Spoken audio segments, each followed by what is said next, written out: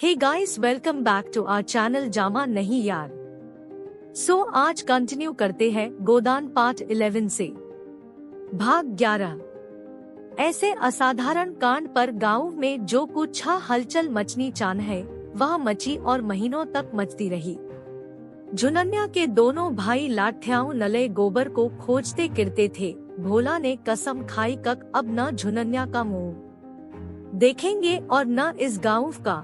होरी से उन्होंने अपनी सगाई की जो बातचीत की थी वह अब टट गई। अब वह अपने गाय के दाम लेंगे और नकद, और इसमें नवलम हुआ तो होरी पर दावा करके उसका घरद्वार नीलाम करा लेंगे। गांव वालों ने होरी को जानत बाहर कर दिया। कोई उसका हुक्का नहीं पीता, न उसके घर का पानी पीता है।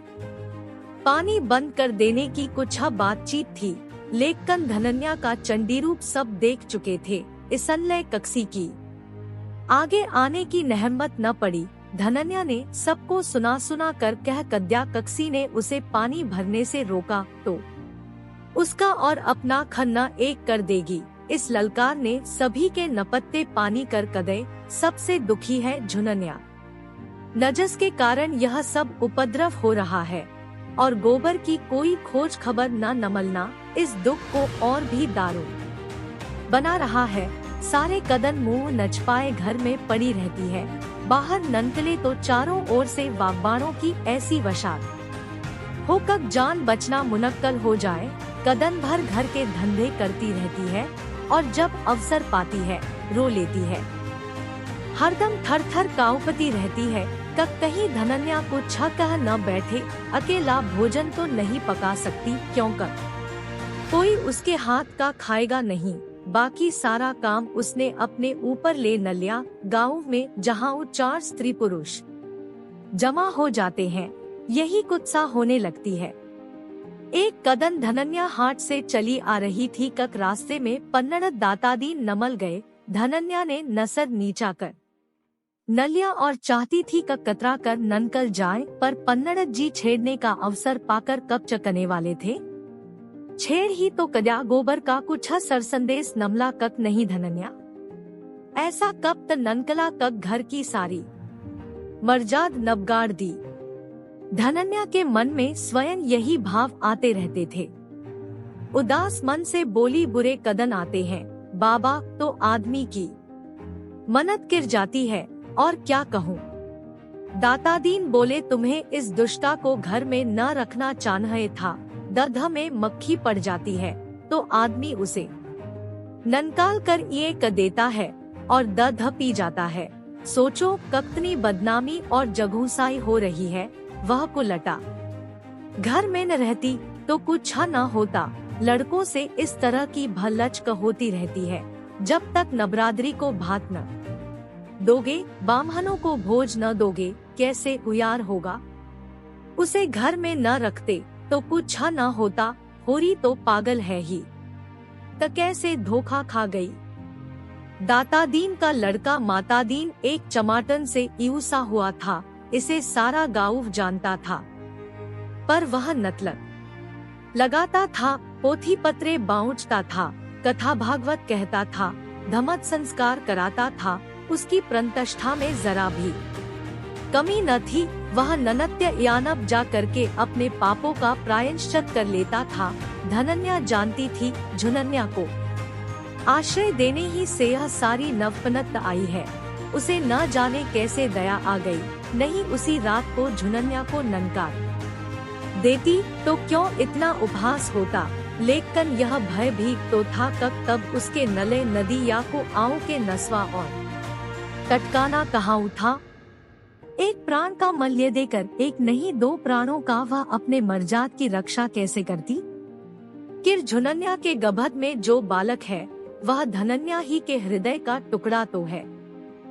उसी के डर से उसके प्राण कैसे लेती।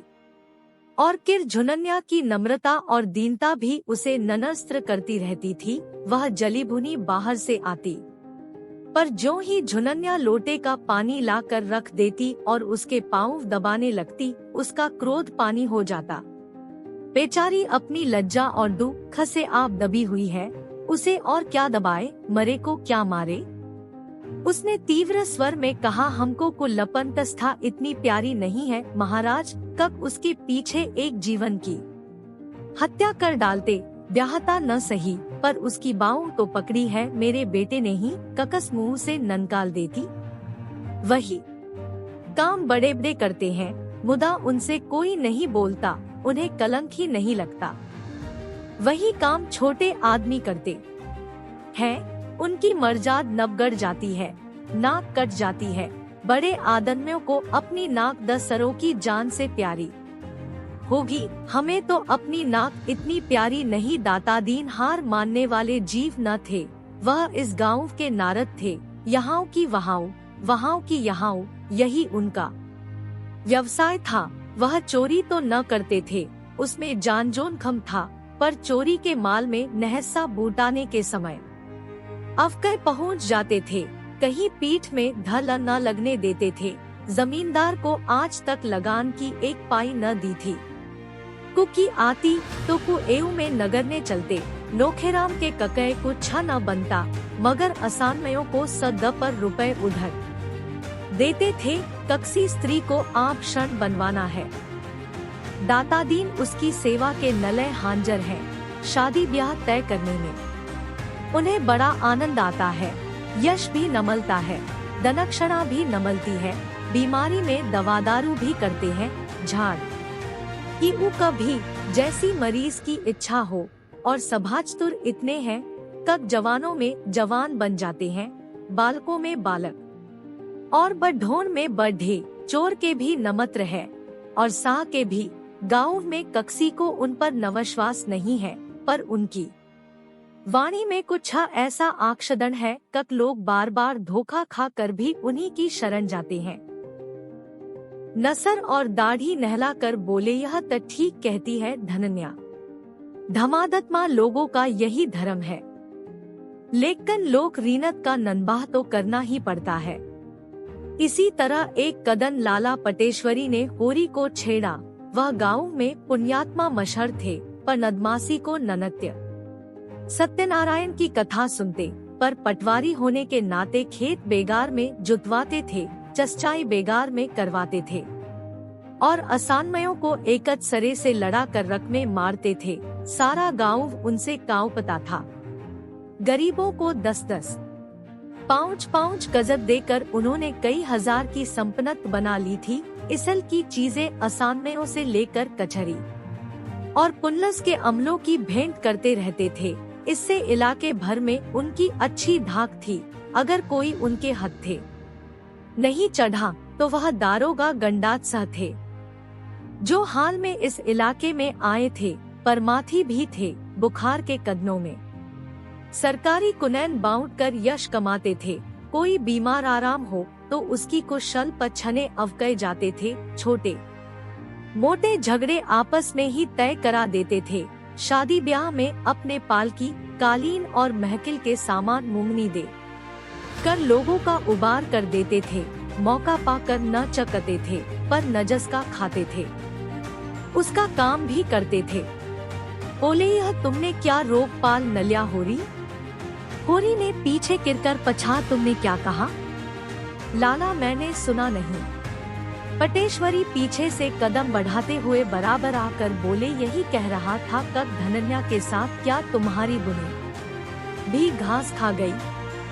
झुनन्या को क्यों नहीं उसके बाप के घर भेज देते? सेंटमेंट में अपने हूसी करा रहे हो, न जाने ककस का लड़का लेकर आ गई और तुमने घर में बैठा न लिया।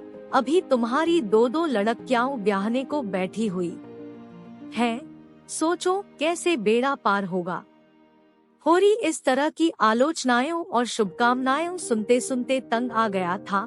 नखन्न होकर बोला, यह सब मैं समझता हूँ लाला, लेकिन तुम ही बताओ मैं क्या करूँ? मैं झुनन्या को ननकाल दूँ तो भोला उसे रख लेंगे।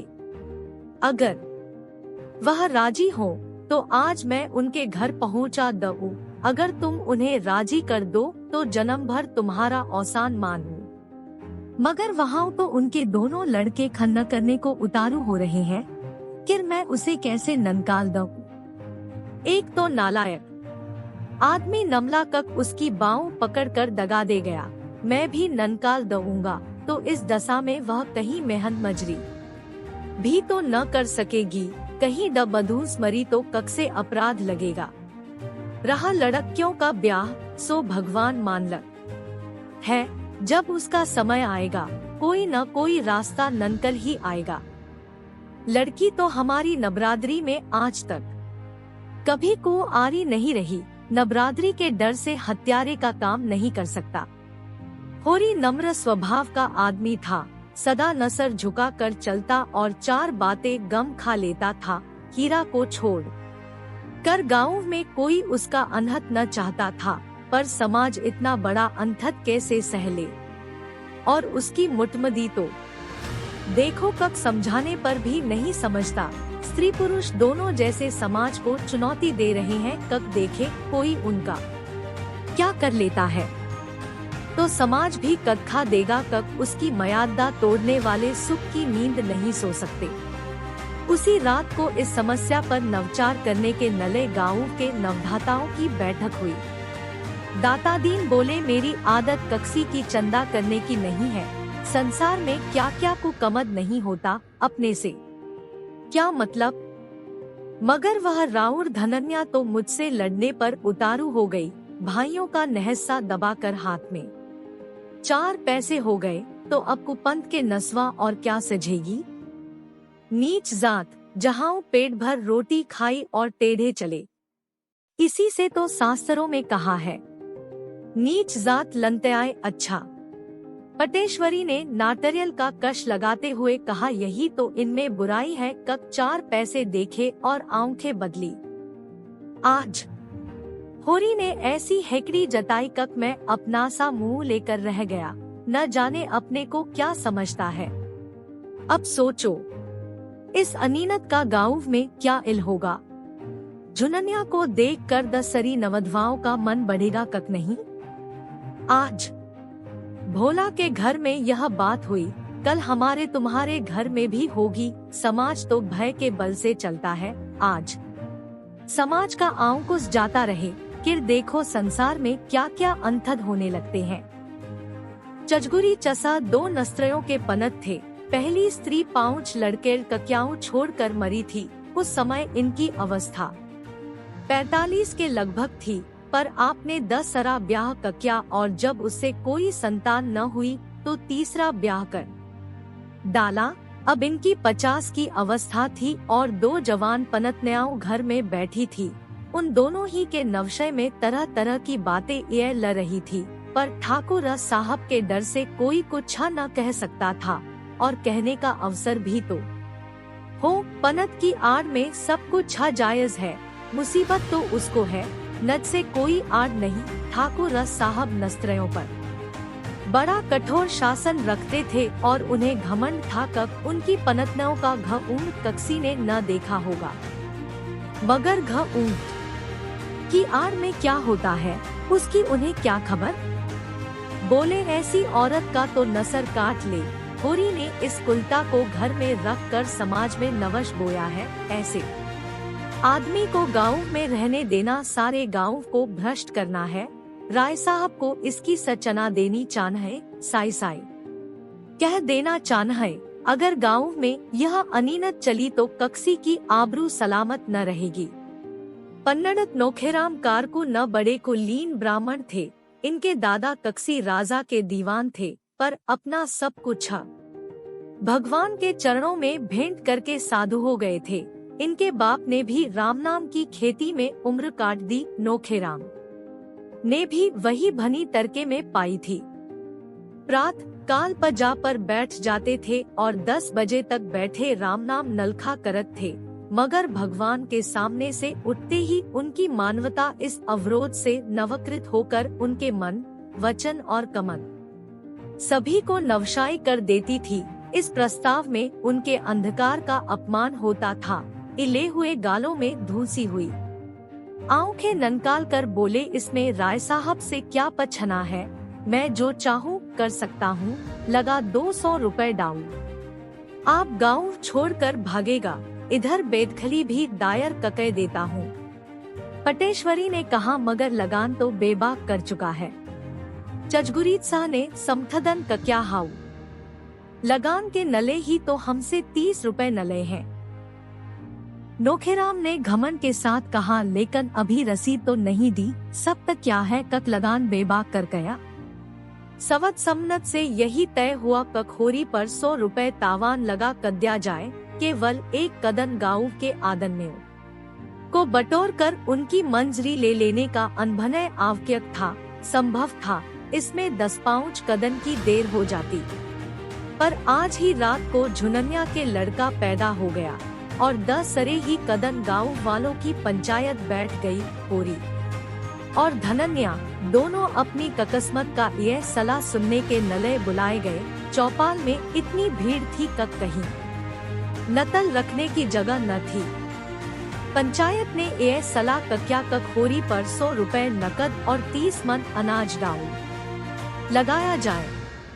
धनन्या भरी सभा में रूंधे हुए कंठ से बोली पंचो, गरीब को सताकर सुख न पाओगे, इतना समझ लेना, हम तो नमट जाएंगे। कौन जाने इस गांव में रहें या न रहें, लेकिन मेरा शराब तुमको भी जरूर लगेगा। मुझसे इतना कड़ा जरीबाना इसलिए न लिया जा रहा है कक मैंने अपने भह को क्यों अपने घर में रखा, क्यों उसे घर से ननकार कर सड़क की नबखाटन नहीं बना कर दिया, यही न्याय है। पटेश्वरी बोले वह तेरी बहन नहीं है, हरजाई है। होरी ने धनन्या को डांटा तो क्यों बोलती है धनन्या, पंच में परमेश्वर रहते हैं, उनका जो न्याय है वह नसर आंखों पर। अगर भगवान की यही इच्छा है कक हम गाँव छोड़कर भाग जायूं, तो हमारा क्या बस पंचो, हमारे पास जो कुछ है वह अभी खनलहान में है, एक दाना भी घर में नहीं आया। न जितना चाहे ले लो, सब लेना चाहो सब ले लो, हमारा भगवान मानलक है, न जितनी कमी पड़े उसमें हमारे दोनों बैल ले लेना। धनन्या दाऊद कटकटा कर बोली मैं एक दाना न अनाज दूंगी, न कौड़ी दाऊद नच में बताहो, चल कर मुझसे ले। अच्छी कदर लगी है, सोचा होगा दाऊद के बहाने इसकी सब जायदाद ले लो और नजराना लेकर 10 सरों को दे दो, बाग बगीचा बेचकर मजे से तर माल उड़ाओ। धनन्या के जीते जी यह नहीं होने का, और तुम्हारी लालसा तुम्हारे मन में ही रहेगी। हमें नहीं रहना है नबरादरी में, नबरादरी में रहकर हमारी मुकुत न हो जाएगी। अब भी अपने पसीने की कमाई खाते हैं, तब भी अपने पसीने की कमाई खाएंगे। होरी ने उसके सामने हाथ जोड़कर कहा धनन्या तेरे पैरों पड़ता हूँ, चुप रह, हम सब नबरादरी के चाकर हैं, उसके बाहर नहीं जा सकते। वह जो दाऊद लगाती है उसे नसर झुकाकर मंज रखकर नक बंद कर जीने से तोगले में याऊंसी लगा लेना अच्छा है। आज मर जाए तो नबरादरी ही तो इस नमटी को पार लगाएगी, नबरादरी ही तारेगी तो तरेंगे। पंचो, मुझे अपने जवान बेटे का मुंह देखना नसीब न हो, अगर मेरे पास खनलहान के अनाज के नस्वा और कोई चीज हो, मैं नबरादरी से दगा न करूँगा। पंचों को मेरे बाल बच्चों पर दया आए तो उनकी कुछ परवरिश करें, नहीं मुझे तो उनकी आज्ञा पालनी है। धनन्या झल्ला कर वहां से चली गई और होरी पहर रात तक खनलहान से अनाज ढोरो कर चजगुरीत सकी। चौपाल में ढेर करता रहा। 20 मन जौ था, 5 मन गेहूं और इतना ही मटर, थोड़ा सा चना और तेलहन भी था। अकेला आदमी और 2 गृहस्थयों का बोझ, यह जो कुछ हुआ धनन्या के पुरुषार्थ से हुआ। झुनन्या भीतर का सारा काम कर लेती थी और धनन्या अपनी लड़कियों के साथ खेती में जुट गई थी। दोनों ने सोचा था गेहूं और नतलहन से लगान की एक ककस्त अदा हो जाएगी और हो सके तो थोड़ा थोड़ा सद्दा भी दे देंगे, जो खाने के काम आएगा। लंगे तंगे 5 महीने कट जाएंगे, तब तक ज्वार, मक्का, सावा, धान के कदन आ जाएंगे। वह सारी आशा नमट्टी में नमल गई। अनाज तो हाथ से गया ही, 100 रुपए की गठरी और नसर पर लद गई। अब भोजन का कहीं टटकाना नहीं, और गोबर का क्या हाल हुआ भगवान जाने, न हाल न हवाल। अगर कदल इतना कच्चा था तो ऐसा काम ही क्यों किया, मगर होनहार कौन टाल सकता है। नबरादरी का वह आतंक था कक अपने नसर पर लाद कर अनाज ढो रहा था, मानो अपने हाथों से अपने कब्र खोद रहा हो। जमींदार साहूकार सरकार ककस का इतना रोब था, कल बाल बच्चे क्या खाएंगे, इसकी चचता प्राणों को सोखे लेती थी। पर नबरादरी का भय नक्शाच की भावनत सर पर सवार अंकुश कदे जा रहा था। नबरादरी से पृथक जीवन की वह कोई कल्पना ही न कर सकता था। शादी ब्याह म उड़न छेदन जन्म मरण सब कुछ नबरादरी के हाथ में है।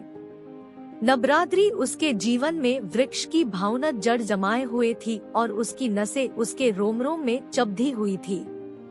नबरादरी से ननकल कर उसका जीवन नवश्रृंखल हो जाएगा, तार तार हो जाएगा। जब खनलहान में केवल 1.5 मन जौ रह गया तो धनन्या ने दौड़कर उसका हाथ पकड़ न लिया और बोली, अच्छा अब रहने दो, ढो तो चुके नबरादरी की लाज।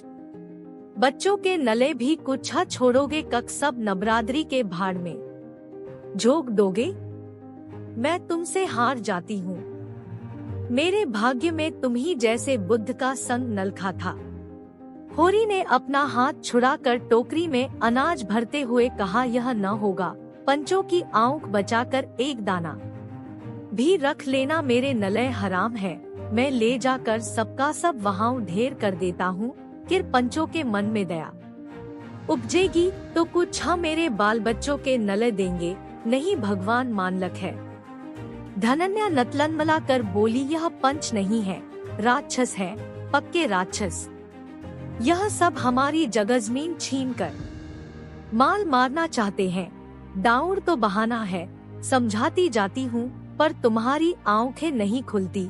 तुम इन नपसाचों से दया की आशा रखते हो, सोचते हो 10 पाउच मन ननकाल कर तुम्हें दे देंगे, मुंह धो रखो।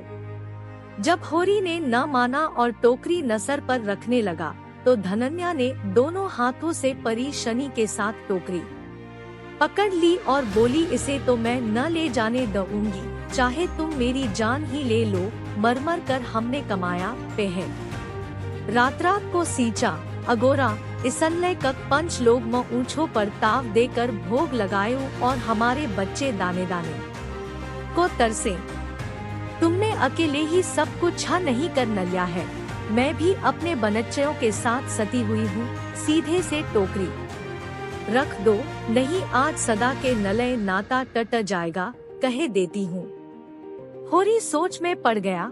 धनन्या के कथन में सत्य था, उसे अपने बाल बच्चों की कमाई छीन कर तावान देने का क्या अंधकार है।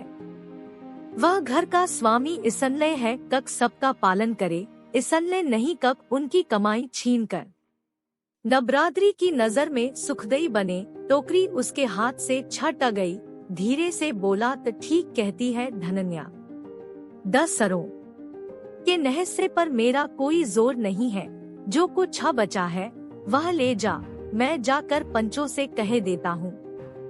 धनन्या अनाज की टोकरी घर में रखकर अपने लड़कियों के साथ पोते के जन्मोत्सव में गला याड़ कर सोहर गा रही थी। नजस से सारा गांव सुन ले, आज यह पहला मौका था कक ऐसे शुभ अवसरों पर नबरादरी की कोई औरत न थी। सौर से झुनन्या ने कहला भेजा था, सोहर गाने का काम नहीं है, लेकिन धनन्या कब मानने लगी। अगर नबरादरी को उसकी परवाह नहीं है तो वह भी नबरादरी की परवाह नहीं करती। उसी भी होरी अपने घर को 80 रुपए पर चजगुरीत्सा के हाथ नगरों रख रहा था। दाऊर के रुपए का इसके नस्वा वह और कोई प्रबंध न कर सका था। 20 रुपए तो तेलहन, गेहूं और मटर से नमल गए, शेष के नले घर नलखना पड़ गया। नोखेराम तो चाहते थे कक बैल नबकवा नले जायु, लेकिन पटेश्वरी और दातादीन ने इसका नवरोध का क्या, बैल नबक गए तो होरी खेती कैसे करेगा। नबराद्री उसकी जायदाद से रुपए वसूल करे, पर ऐसा तो न करे कक वह गांव छोड़कर भाग जाए। इस तरह बैल बच गए। होरी रेहननामा नलक कर कोई 11 बजे रात घर आया तो धनन्या ने पूछा, इतनी रात तक वहाँ क्या करते रहे? होरी ने जुलाहे का गुस्सा दाढ़ी पर उतारते हुए कहा, करता क्या रहा, इस लौंडे की करनी भरता रहा, अभागा। आप तो नचनगारी छोड़कर भागा, आग मुझे बुझानी पड़ रही है। 80 रुपए में घर रेहन नलखना पड़ा, करता क्या? अब हुक्का खुल गया। नबराद्री ने अपराध क्षमा कर दिया।